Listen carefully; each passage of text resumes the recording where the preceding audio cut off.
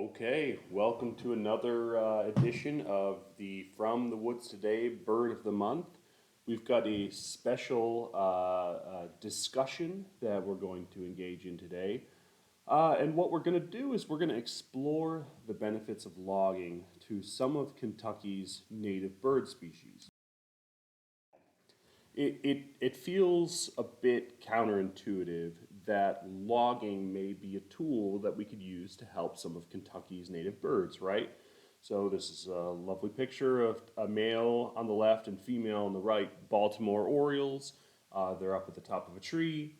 Looks like maybe a serviceberry or a cherry or something along those lines. But birds are, as I often think of them, made for the trees.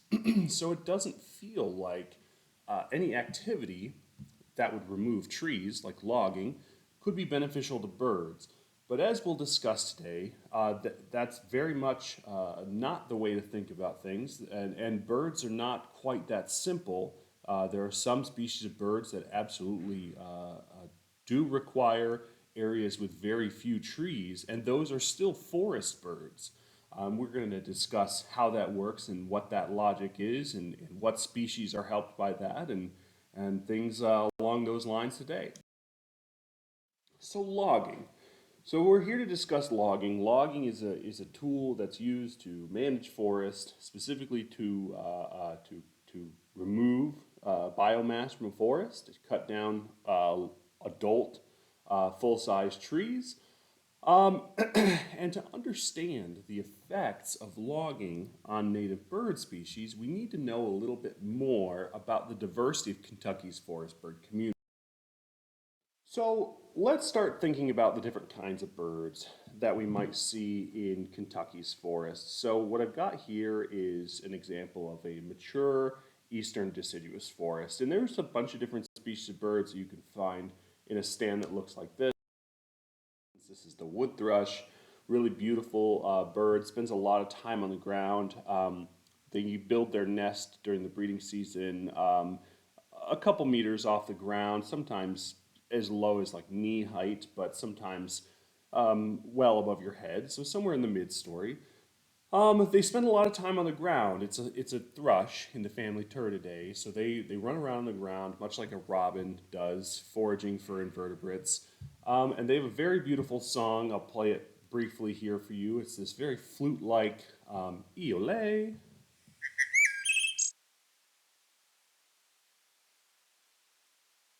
So you can find these birds in mature eastern deciduous. Here's another one. This is called the red-eyed vireo. The red-eyed vireo spends most of its time off the ground, unlike the wood thrush. They build their nest at a wide variety of heights, usually higher than where a wood thrush will, but I've seen red-eyed vireo nests pretty low to the ground.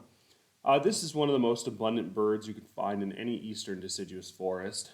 They spend a lot of time high up in the canopy, and they have a very kind of repetitive, not terribly exciting song that some have described as sounding like they're saying, "Here I am, where are you?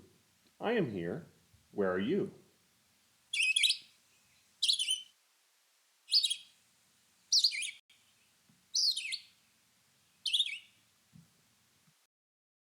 Finally, I think this is the last one I have on here, the ovenbird. And these are not, this is not a complete list. In fact, this is just a few of the migratory birds you can find in mature forests in the summer. The ovenbird has habits somewhat similar to the wood thrush, but it's actually a small warbler, spends a lot of time on the ground. This bird actually does build its nest on the ground. It constructs a little cave basically out of leaves, and it sings a repetitive song that sounds to some like it's saying, "Teacher, teacher, teacher, teacher, teacher, teacher."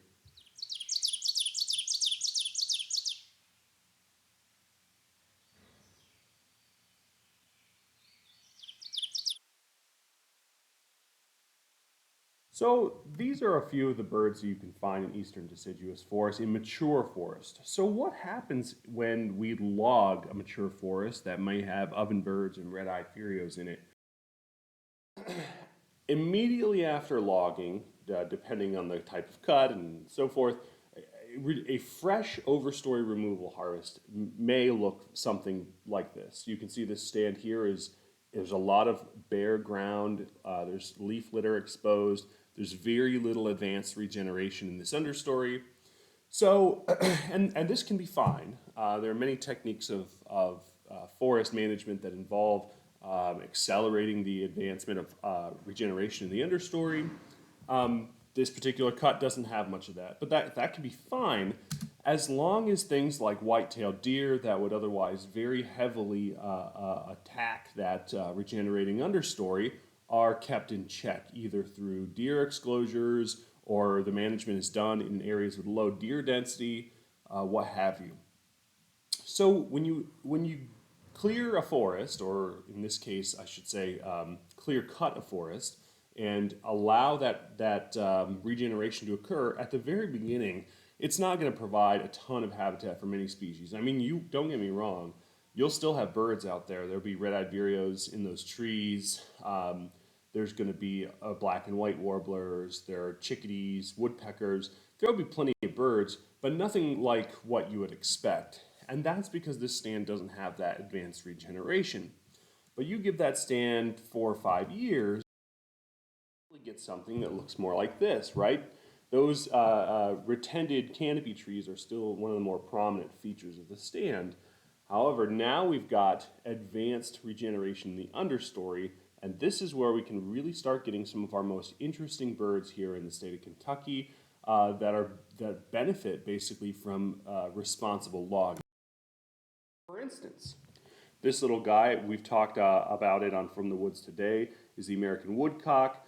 And it's a ground nesting bird. It's a game bird, widely hunted across most of its range, and it is rapidly declining. It is not declining due to hunting, but instead it is declining due to the loss of its breeding habitat. And this guy breeds in early successional forests and shrublands, much like those created through logging. Another one, a really fun one here, this is the eastern towhee. And the towhee is another species of eastern deciduous bird that depends on early successional habitats. It loves nesting in these shrublands or regenerating clear cuts. These are birds that are going to be spending most of their time on the ground. So it doesn't look much like a sparrow, but it is actually a large sparrow. And they spend most of their time foraging on the ground. Males will jump up into taller vegetation and sing. They have a really interesting song that to many sounds like they're saying, "Drink your tea."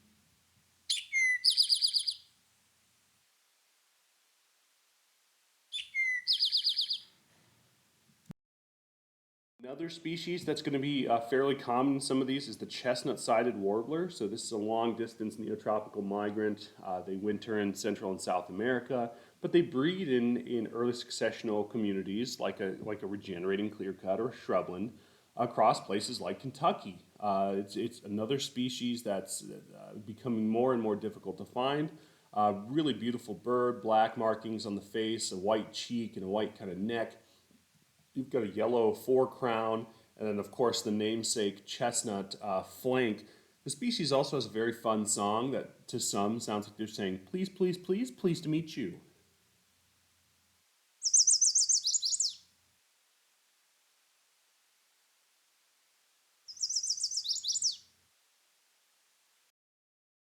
Of course, we're just scraping the surface here, but talking about a few fun ones. The indigo bunting. Now, the indigo bunting, it's at least the male shown on the left here, very hard to mistake for anything else. That pretty much uniform blue plumage across the entire bird, most deepest at the head.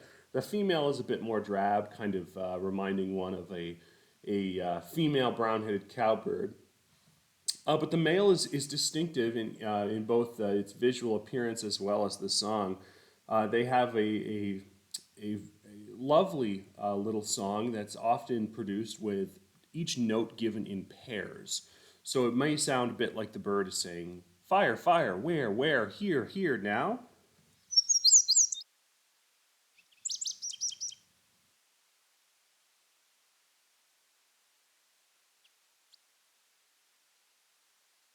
So these are a few of the birds that you can expect to find in a regenerating clear cut. But why are these species found in these communities so dense? They're generally either nesting on the ground or nesting near the ground. So this nest on the far left is a towhee nest. It's pretty much a typical towhee nest. Um, I usually find them with 4 eggs. That one has 5. Obviously, there's a bit of variation, but they're almost always constructed directly on the ground. So you can see that nest is right in the ground. On the upper right, that's an American woodcock nest. Of course, they nest directly on the ground. They don't really construct much of a nest per se, so much as they make a little scrape and lay 4 eggs in that and hatch their young. So it's actually kind of hard to see, but there's two little baby woodcocks, maybe 3. I don't know. There's a couple of baby woodcocks coming out there, and they're very well camouflaged. And then finally, in the bottom right, that's an indigo bunting nest. So I don't think they typically nest on the ground, but they nest very low to the ground, within a couple feet of the ground. So that one looks like it's probably in some brambles of some sort. So these birds need this really dense understory to conceal their nests that they place directly on. And beyond that, most of these species are in decline. So actually these 4 that we're talking about right now are all in decline. And the reason that they're in decline is due to the suppression of ecological disturbances like beavers and wildfire that can be imitated or mimicked using regeneration timber harvest via logging. So beyond that, though, these stands don't just vanish, right? So they continue to regenerate. So we saw a fresh clear cut that looked kind of ugly. And as it's gotten older, it starts supporting things like indigo buntings and chestnut-sided warblers. Well, as it gets older, it's going to support things like grouse, which is, of course, another popular game bird, also declining due to the lack of disturbance. We've talked about the species on here before, but I think it's a fun one to talk about. Beyond being a game bird and quite tasty, they're very interesting ecologically and behaviorally. This is a male here, and what they do is they jump up onto a fallen log and they flap their wings, and when they flap them, each flap produces like a thump. And they do it very rapidly in such a way that it produces a accelerated drumming, which really apparently gets the female grouse excited. So this is how a male ruffed grouse attracts the female, and this is what that drumming would sound like if you're in the woods.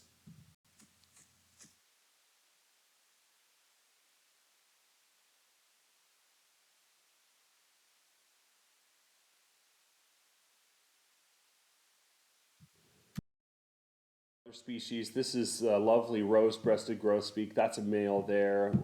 That black hood and that black wings and tail with white spots and white patches, and of course the namesake rose breast. Another species that really enjoys these sort of pole-age timber stands that are maybe 10 to 20 years post-harvest. And it goes beyond nesting too, right? So this is sort of a spectrum of ecological disturbance I've shown here, with a timber harvest kind of somewhere in the middle there. And birds like the woodcock that nest kind of in the earlier stages of succession, after they've nested, they take their young, their little chicks, they take them into the older age class of forest. And you've got things like the ovenbird there in the upper right. They nest in the mature or older stands. And when they've got little fledglings, they take those birds into the deeper, the shrubbier, denser early successional stands. So, in sum, using logging in such a way that promotes the sustainable regeneration of the understory can not only not harm our birds, but can have an enormous benefit to many species of eastern Kentucky forest birds. With that, I'll say thank you, and I'll look forward to chatting with you all next time on the Bird of the Month with From the Woods Today.